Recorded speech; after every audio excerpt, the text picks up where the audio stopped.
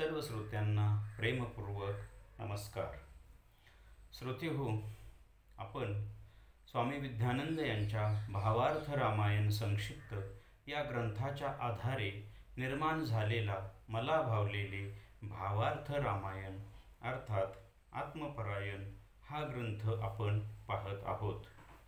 आज अरण्यकांडातील अध्याय 11 त्रिशिरा व खर राक्षसांचा वध. ओम श्रीराम. श्रीराम लक्ष्मण यांचे खर, दूषण व त्रिशिरा यांच्याशी प्रचंड युद्ध होत आहे. ते राक्षस श्रीरामावर अनेक शस्त्र, अस्त्र व विघातक शक्तींचा वापर करतात, परंतु श्रीराम त्या सर्व शस्त्रास्त्र व शक्तींचा नाश करून त्या तिघांचाही वध करतात. आता आपण साधकाच्या दृष्टीने पाहू. साधक जीवनात हे दोघेजण म्हणजे निर्बुद्धता व द्वेष किंवा दोष म्हणजेच खर व दूषण हे त्रिला म्हणजेच त्रिशिराला म्हणतात की भिवू नकोस गे, तुझे बरोबर आम्ही आहोत. आणि ही त्रिशिरा म्हणजेच साधकाच्या ठिकाणची त्रिपुटी, त्रिगुण, त्रयावस्था व तीन देह म्हणजे जे त्रिमध्ये येईल ते सर्व, व या त्रिमध्येच आपले जीवन व्यतीत होत असते. आणि या त्रिला मदत मिळते ती या निर्बुद्धतेची व द्वेषाची किंवा दोषाची, व हे तिघे मिळून पुन्हा त्रि होतात व हे सतत आपले वामशक्ती रूप आघात साधकावर करतच राहतात. परंतु साधकाला आपल्या दृढ निष्ठा, विश्वास व गुरुप्रणीत साधना यांच्या बळावर गुरुकृपा रूपी रामबाण प्राप्त होतो व मग हे सर्व आघात पचवून परतवून तो आपल्या अध्यात्म मार्गाचा प्रवास पुढे करत राहतो. आता या अध्यायाचे सार आपण थोडक्यात पाहू. इथे कथेमध्ये श्रीराम व लक्ष्मण यांचे खर, दूषण आणि त्रिशिरा यांच्याशी प्रचंड असं युद्ध होते व श्रीराम व लक्ष्मण या तिघांचाही वध करतात. इथे खर म्हणजे गाढव म्हणजे साधकाच्या दृष्टीने निर्बुद्धता, दूषण म्हणजे साधकाच्या दृष्टीने पाहिलं तर दोष किंवा दूषण, आणि त्रिशिरा म्हणजे साधकाच्या दृष्टीने पाहिलं तर त्रिपुटी, त्रयावस्था म्हणजे जागृती, स्वप्न, सुषुप्ती, त्रिगुण, सत्व, रज, तम, तीन देह, स्थूल, सूक्ष्म कारण, आणि मानवी जीवन या त्रिपुटीमध्ये जगलं जातं.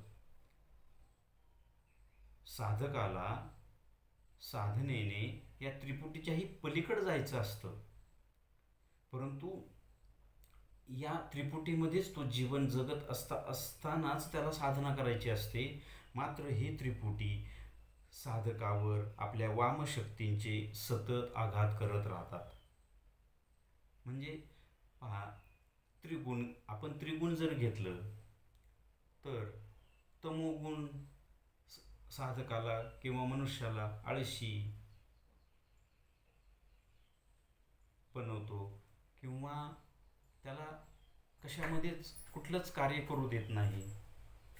अशा तमोगुणात साधक असेल तर तो साधनाही करू शकत नाही. रजोगुणी असेल तर त्याला साधनेतून काहीतरी मिळावं, पद, प्रतिष्ठा, त्याच्या पुढे तो जेव्हा सत्वगुणात जातो तेव्हा खऱ्या अर्थाने साधना होती. हे फक्त त्रिगुणांच्या बाबतीत. असंच या त्रिपुटीमध्ये साधकाचं जीवन जगलं जातं. मात्र साधकाची आपल्या सद्गुरूवर, ईश्वरावर जर दृढ निष्ठा असेल, विश्वास असेल, तर साधकाला सद्गुरूंकडून सद्गुरूंची कृपा प्राप्त होते आणि त्या कृपेच्या बळावर तो साधक या त्रिपुटीच्या, या निर्बुद्धतेच्या, या दोषांच्या, द्वेषाच्या, या वामशक्तींच्याही पलीकडे निघून जातो. निष्ठा किती असायला हवी? एकदा असं झालं, संत तुलसीदासांची महती बादशाह अकबरांच्या कानावर गेली. तर तुलसीदासांना अनेक संत वगैरे येऊन भेटून जायचे, परंतु बादशहाने काय केलं, आपल्या सैनिकांना पाठवलं आणि तुलसीदासांना निरोप पाठवला की मला येऊन भेटा, राजदरबारात या आणि मला भेटा. तेव्हा तुलसीदास म्हणाले, माझं त्यांच्याकडे काहीच काम नाही, मी त्यांना भेटायला का जाऊ?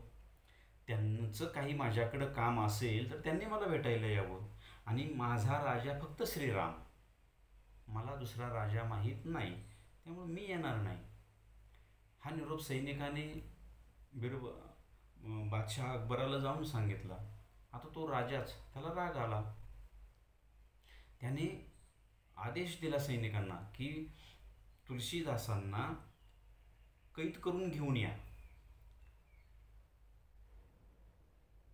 तर मग ते सैनिक जातात, तुलसीदासांना कैद करतात, दरबारात घेऊन येतात. तेव्हा तिथे बिरबल अकबराला सांगतो की तुम्ही असं करू नका, हे चुकीचं आहे. तुलसीदास एक महान संत आहेत, त्यांचा असा अपमान करणं प्रभू श्रीरामांना, हनुमंतांना आवडणार नाही, तुम्ही असं करू नका.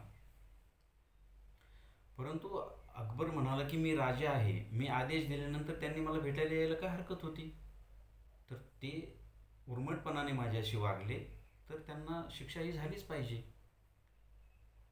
मग त्यांना तुरुंगात टाकलं जातं. तिथे तुलसीदास श्रीरामांचा आणि हनुमंतांचा धावा करतात, त्यांची प्रार्थना करतात, त्यांची विनवणी करतात, आणि त्यांना माहीत असतं की माझा श्रीराम मला या संकटामधून वाचवेलच, एवढी प्रचंड निष्ठा आणि विश्वास तुलसीदासांची हनुमंतांच्यावर आणि श्रीरामांच्यावर असते. आणि होतं असं, त्या निष्ठेच्या आणि ती जी तळमळ लागलेली असते त्या अवस्थेमध्ये तुलसीदासांकडून हनुमान चालिसा निर्माण होतो. आपण जो हनुमान चालिसा पठण करतो ना, तो तिथे तेव्हा निर्माण झालेला आहे. आणि त्याचा परिणाम असा होतो की त्या अकबराच्या राज्यामध्ये, त्या राजधानीमध्ये हनुमंताच्या वानर सेनेने प्रवेश केला जातो. ती संपूर्ण वानर सेना अकबराच्या दरबारात येते. सगळ्यांचा नासधूस, अगदी बिरबलांसहित सगळ्या मंत्र्यांना, सगळ्यांना त्रास दिला जातो, सगळा उच्छाद मांडला जातो. शेवटी अकबर कंटाळतो, वैतागतो आणि तुलसीदासांना शरण जातो. आणि जेव्हा तुलसीदासांना तुरुंगातून मुक्त केले जातं तेव्हा ती वानरसेना त्या राज्यातून निघून जाते. म्हणजे तुलसीदास तिथे कशालाही घाबरले नाही की हा राजा आहे आणि मग मी काय त्याला शरण गेलो पाहिजे, परंतु त्यांनी एकच सांगितलं, माझा राजा फक्त श्रीराम. आणि या निष्ठेवर हनुमंतांना त्यांची वानरसेना पाठवावी लागली आणि त्या अकबराला धडा शिकवण्यात आला. आणि महत्त्वाची गोष्ट झाली ती म्हणजे आपल्यासारख्या सर्व सामान्य लोकांच्यावर जे थोर उपकार झाले ते म्हणजे हनुमान चालिसाची निर्मिती. म्हणून साधकाने आपल्या सद्गुरूंच्यावर, आपल्या गुरुप्रणित साधनेवर प्रचंड निष्ठा ठेवावी, विश्वास ठेवावा आणि पुढील आपला अध्यात्म प्रवास करीत राहावा. श्रीरामार्पणमस्तु. हरि ओम तत्सत. ब्रह्मार्पणमस्तु.